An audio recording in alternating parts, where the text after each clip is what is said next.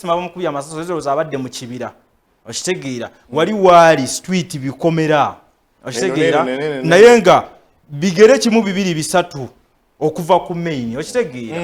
wano wali wano eno ye drone ya Isma motoka weera eyo gye mulabe okuba indicator double indicator ye drone ya Isma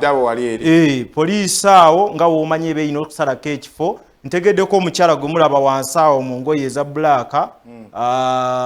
side ya Isma mukwatako nnyo oba maama obaani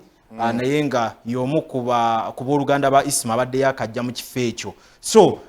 ebibuuzo bikyali bingi bye tujolekera poliisi eddemu kuba kati eri mu kukola mulimu gwayo tebakkiriza n'abantu kweyitawo naye nga wulaba emmotoka eyo weeri sayidi wano wabbalibbali waliwo bakuba bulooka so kati obeera n'ebibuuzo bingi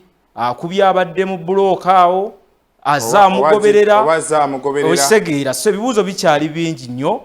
naye nga mumanyi nti buli muntu aba n'omulimu gwe nze ogwange gwakubalaga bifaananyi nga bwe biyimiridde bwe twogerera kati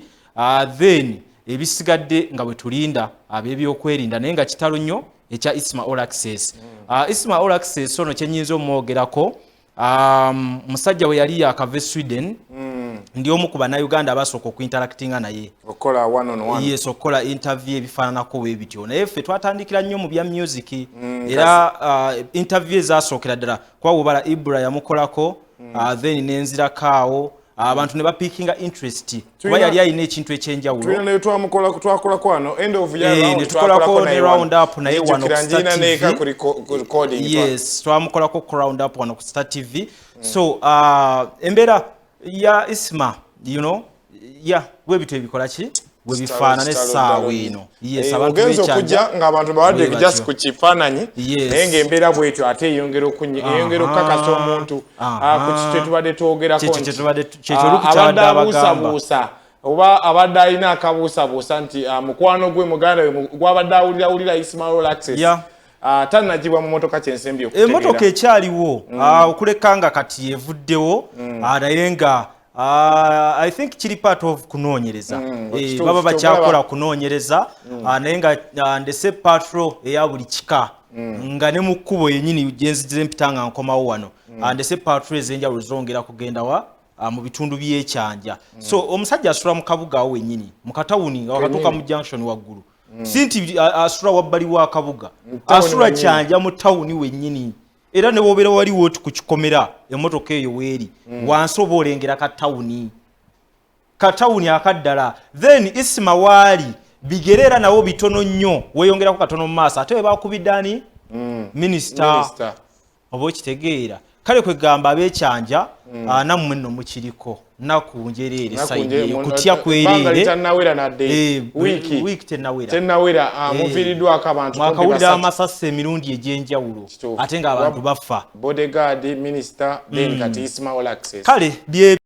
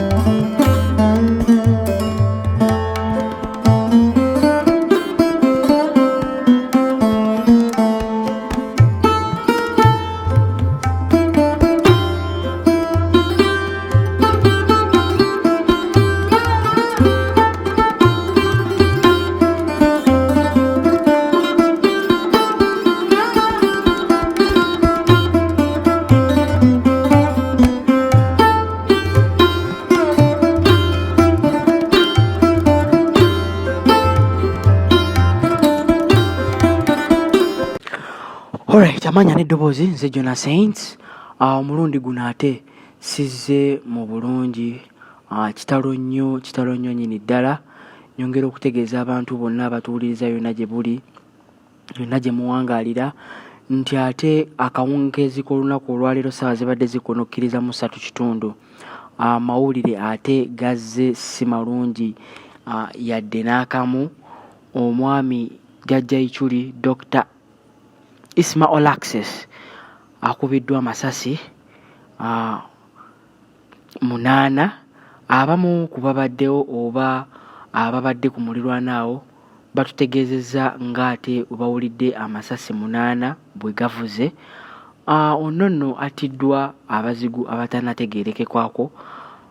Era essaawa zino ekitundu ky'ekyanja omwami ono gy'abadde awangaalira kiri mu ntiisa y'amaanyi nnyo okuba nga ate kuttiddwako ate era omutuuze waakwo. Era wiiki eno we yatandikidde,